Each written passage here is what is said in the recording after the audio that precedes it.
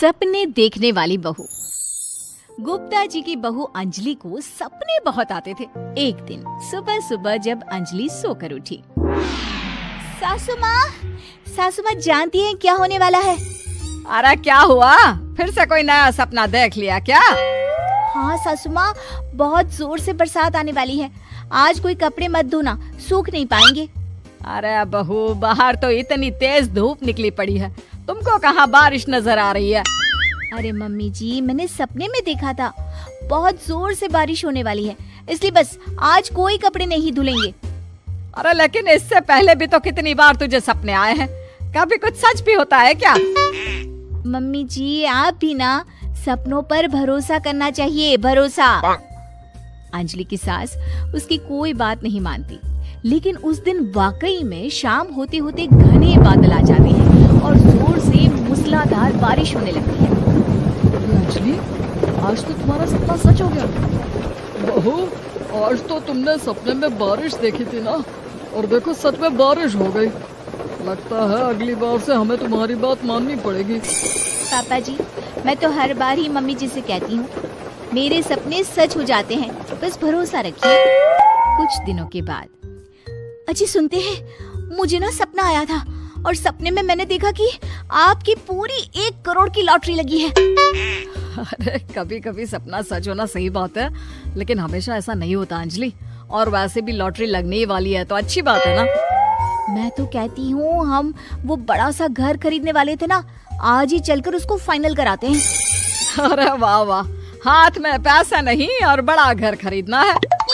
अरे मम्मी जी, बताया ना आपको, मुझे सपना आया था कि हमें 1 करोड़ की लॉटरी लगने वाली है। देखो बेटा, ये पैसों का मामला है, इसमें किसी तरह की रिस्क नहीं लेनी चाहिए। और जब तुम्हारा सपना सच हो जाए तब तुम घर खरीद लेना। मम्मी पापा ठीक है अंजलि, अभी इतनी जल्दबाजी करने की क्या जरूरत है? मैं कुछ नहीं जानती, मुझे वो घर चाहिए तो चाहिए। और आपको प्रॉब्लम क्या है? कुछ दिनों में तो पैसे आने ही वाले हैं लॉटरी से। हाँ, तो जब पैसे आ जाएंगे तब खरीद लेंगे ना। पर हमारी अंजलि खाना पीना छोड़कर जिद पकड़कर बैठ जाती है।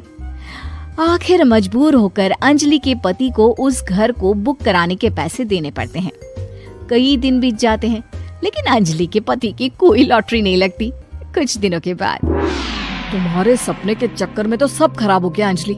ना लॉटरी लगी, ऊपर से बेकार में ही सारी जमा पूंजी उस घर को खरीदने में खर्च हो गई। थोड़ी दिन तो इंतजार करो, अब ऐसा थोड़ी ना होता है कि आज सपना आया और कल आपकी लॉटरी लग गई। मैंने तो पहले ही कहा था, तुम्हारी बीवी को तो हर सपने पर विश्वास करने की आदत पड़ गई है। ऐसा भी कहीं होता है क्या?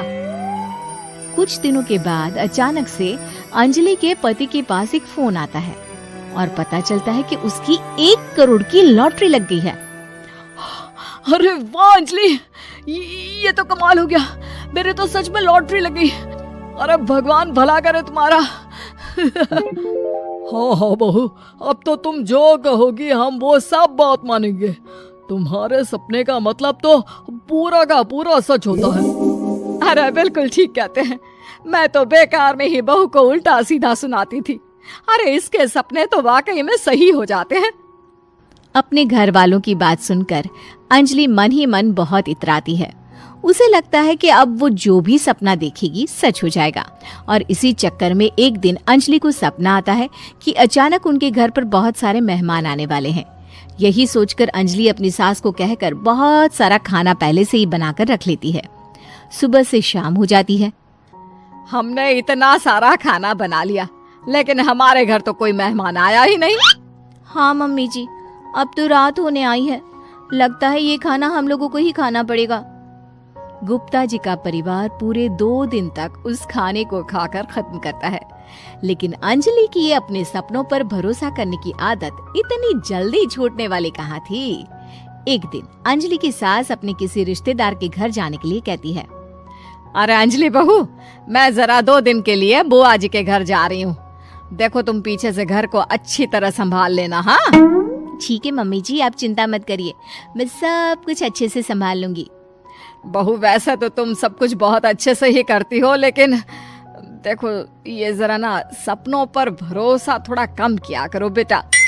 क्या मम्मी जी, मेरे इतने सारे सपने तो सच हो जाते हैं, उसके बाद भी आपको शक ही रहता है हमेशा। अरे बेटा, कभी कभार की बात अलग है, लेकिन हमेशा इन बातों पर भरोसा करना बहुत बड़ा नुकसान भी करवा सकता है। तुम्हें इस बात को समझना चाहिए। ठीक है मम्मी जी, समझ गई। अब आप आराम से जाइए, मैं सब कुछ बहुत अच्छे से कर लूंगी। अंजलि की सास बुआ जी के घर चली जाती है। उसके जाने के बाद अंजलि एक दिन सुबह सोकर उठती है और जोर जोर से रोने लगती है। अरे क्या हुआ अंजलि, तुम रो क्यों रही हो? बहू सब ठीक तो है ना? क्या कोई बुरा सपना देखा?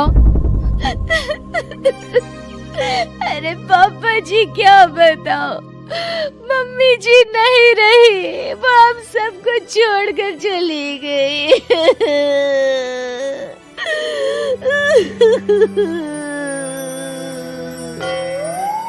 छोड़कर चली गई? अरे क्या मतलब है? वो तो अपनी बुआ जी के घर गई है ना?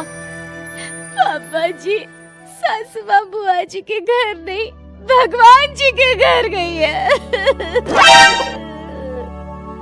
अरे अंजलि, सुबह सुबह कैसी बात कर रही हो? बुआ के घर गई है, कुछ नहीं हुआ है उनको। मैंने सपने में देखा था, मम्मी जी भगवान को प्यारी हो गई है। अंजलि का पति उसे समझाने की कोशिश करता है, लेकिन अंजलि के बार बार कहने पर वो भी इस बात पर भरोसा कर लेता है कि अब उसकी माँ दुनिया में नहीं रही।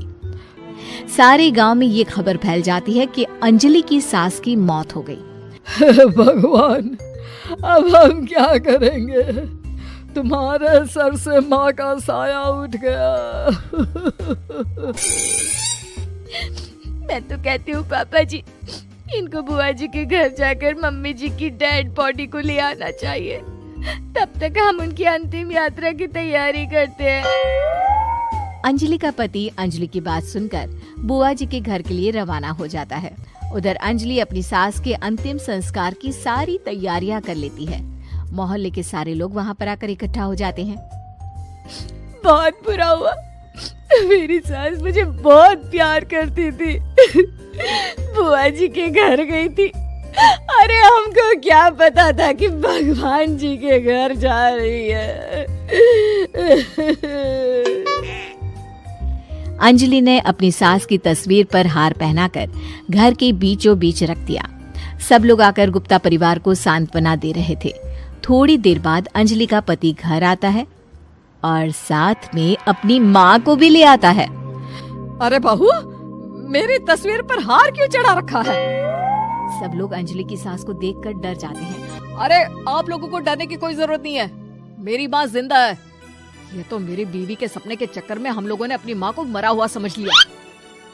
बहू, सपने देखना ठीक है, पर अपनी जिंदा सास का अंतिम संस्कार करना बहुत बड़ी गलती। इसके बाद अंजलि की अपने सपनों पर आंख मूंद कर भरोसा करने की आदत हमेशा के लिए सुधर जाती है।